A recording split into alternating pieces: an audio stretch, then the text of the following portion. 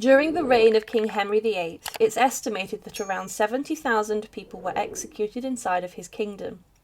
This puts the figure at around roughly 3% of the population of Tudor England, meeting their ends in bloody ways. There were a number of incredibly high-profile people executed by Henry, including 2 of his wives, his closest friends, and also his advisors. He tried to also eliminate any possible threat to his throne that may have existed, and one woman who met an incredibly bloody fate inside the walls of the Tower of London was Margaret Pole, the Countess of Salisbury. Even despite being executed at the age of 67, Henry deemed her as a threat due to her links to the House of York. Margaret was born on the 14th of August 1473 in Farleigh Castle in Somerset. She was the only surviving daughter of George Plantagenet, the Duke of Clarence, and his wife Isabel Neville, who was the oldest daughter of the Earl of Warwick, Richard Neville, also known as Warwick Kingmaker. So Margaret was born into the House of York, and in particular, the ruling royal family. Her father, George Plantagenet, famously turned against his brother, King Edward IV, during the Wars of the Roses, and despite reconciling with the king, George continued to speak ill about his brother, and Edward had enough. George, after plotting a number of times against the king, was arrested and indicted on treason and was sentenced to death. George's death in particular was very savage, being drowned inside a barrel of Malmsey wine. Whilst inside the Tower of London, it was clear that Edward had enough of his brother, and to sentence him to death in this way was rather brutal. However, before this took place, Isabel Neville, Margaret's mother, passed away when she was 3 years old.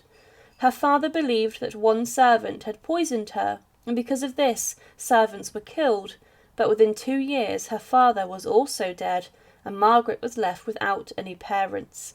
Her father's lands and titles were taken because of the circumstances of his death, but when Margaret was 10, King Edward IV, her uncle, passed away. Following this, Richard III seized the throne following the disappearance of the princes in the Tower and subsequent rumoured murder of them, and Richard ordered a statue that barred Edward's children from the throne, claiming that Edward's marriage was invalid. This secured Richard III on the throne, but subsequently also barred Margaret from the throne.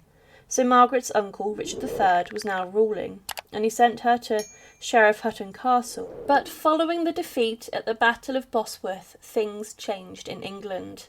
Henry VII, who had defeated Richard in the deciding Battle of the Wars of the Roses, married Margaret's cousin, Elizabeth of York, to unite the 2 warring sides of the Plantagenet dynasty under the Tudor name. After this, Margaret and her brother Edward were locked away by the couple, but later, Edward, who was considered a Yorkist claimant, was moved to the Tower of London. So Margaret was now being looked after by the new King of England, Henry VII, and in around November of 1487 he gave her hand in marriage to his cousin, Sir Richard Pole. His mother was the half-sister of the king's mother, Margaret Beaufort, and this further strengthened her links to the crown for Henry. Richard and Margaret's marriage reinforced the Tudor alliance between York and Lancaster, and Richard was involved in the king's government and served in a number of roles for Henry VII, including the Chamberlain for his eldest son and heir, Arthur, the Prince of Wales. When Arthur married Catherine of Aragon, Margaret Pole became one of her ladies-in-waiting, but following Arthur's death in 1502, her household was dissolved before she later then married Henry VIII. Richard Pole died around 1505, but despite this their marriage had been fruitful, and the 2 had 5 children together. Richard's death left Margaret a rather penniless widow, with only a small amount of land passed to her. Henry VII paid for Richard's funeral, and things looked dismal for the once former Yorkist claimant to the throne. To help her financial situation, she devoted her 3rd son Reginald to the church, and he later rose to the position of Archbishop of Canterbury. Reginald did dislike the fact his mother seemingly abandoned him, but Margaret was desperate after her husband died. So she had no way to support herself and her children, and even was forced to live inside of Sion Abbey as a guest of the nuns that lived there. She stayed here for a rough 4 years before her fortunes changed significantly. When Henry VIII came onto the throne and married Catherine of Aragon, Margaret's life changed. She must have been liked by Catherine, as Margaret was recalled to become one of her ladies-in-waiting again, and she must have also been liked initially by Henry VIII. In 1512, an Act of Parliament restored Margaret the earldom of Salisbury and some of her brother's lands following his execution, and these were worth around £2 million in modern-day money. Henry VIII had overseen the land for a while, but it was believed that Margaret would take care of them well.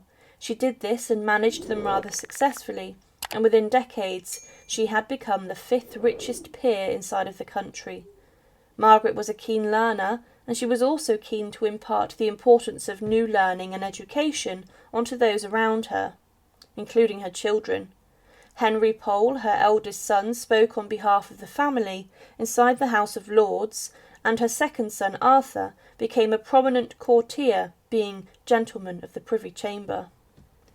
Reginald Pole also rose to prominence inside of the Catholic Church, but Margaret's favour at court rose and fell over the years. In 1518, she got into an argument regarding land with Henry VIII. In 1520, she became governess to Princess Mary, Henry VIII's eldest daughter. Margaret did stick up for Mary, as when she was declared illegitimate, Margaret refused to give Mary's jewels and gold plate back, and her household was then broken up. It was even suggested that Mary should be handed over to Margaret permanently, but the king regarded her as a fool with no experience to raise her. However, Margaret Pole, along with her son, would fall from grace. In 1531, Reginald Pole, who was rising throughout the Catholic Church, warned and spoke about the dangers of Henry VIII marrying Anne Boleyn. It was suggested that Reginald should have married Princess Mary, later Mary I, to give them both a huge and strong claim to the English throne. Reginald, in the May of 1536, broke from Henry VIII, and this forced Margaret out of court. Following the subsequent downfall of Anne Boleyn and her execution, Margaret did briefly return to the king's court. Reginald became a cardinal in 1537, and he was placed in charge of organising help for the Pilgrimage of Grace, a huge protest against Henry VIII and the dissolution of the monasteries. The English government knew about this and even tried to have Reginald assassinated, but he was involved in organising the papal help to the rebellion. To be associated with Reginald was incredibly dangerous, and his brother Geoffrey was arrested in August of 1538 for writing to him. He was later pardoned. However, Margaret Pole's eldest son Henry was later executed for treason. The huge investigation into anyone corresponding to Reginald Pole saw the downfall of Margaret Pole, his mother, come with devastating fashion. During investigations around Margaret, Thomas Cromwell found a tunic bearing the 5 wounds of the Christ, allegedly belonging to the Countess of Salisbury. This was seen as a key part of evidence, showing Margaret's alleged support for Catholicism and for her son Reginald and the king's Catholic daughter Princess Mary.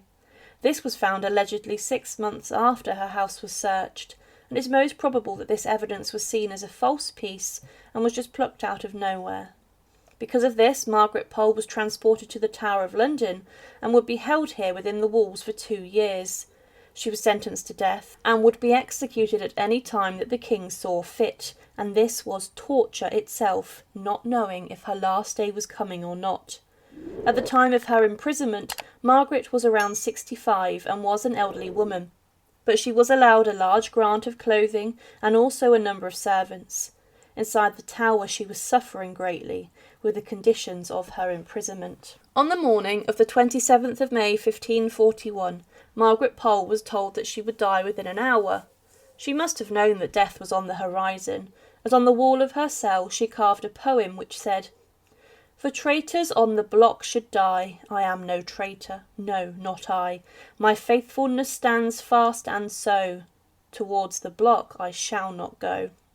Nor make me step, as you shall see, Christ, in thy mercy, save thou me." She claimed that she had not committed any crime, but it's believed Henry VIII sought to kill Margaret to stamp out any claim she may have had to the throne. Inside the walls of the Tower of London, she was executed, and she was granted the privilege because of her status and links to the crown, to be executed within the walls rather than being taken to Tower Hill. There are different accounts regarding her execution. However, on Tower Green, a low wooden block had been prepared rather than a scaffold, and it's believed that simply it just laid on the floor, meaning that Henry probably in some haste ordered her execution without time for preparation. One account states that the execution took place in a corner of the tower with hardly any witnesses, which caused doubt that the evening that her execution took place, but another account says 150 people were present. It was said that, at first, when the sentence of death was made known to her, she found the thing very strange, not knowing what crime she was accused, nor how she had been sentenced. It was said that her execution was performed by a wretched and blundering youth. As Margaret Pole allegedly lay her hand on the block, it's believed that she was very defiant, and the inexperienced axeman made a real mess of the job. It's believed that it took a number of swings of the axe to take off her head, and that she turned her head every way. There was a rumour that emerged that following the first swing from the axe, that she leapt up from the block and ran around the Tower of London for her life. The executioner hacked her head and shoulders to pieces, and after the bloody job was done, she was buried inside of the chapel, inside the tower's walls.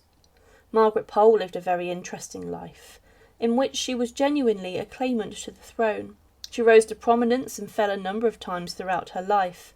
However, today she is regarded as a saint by Catholics.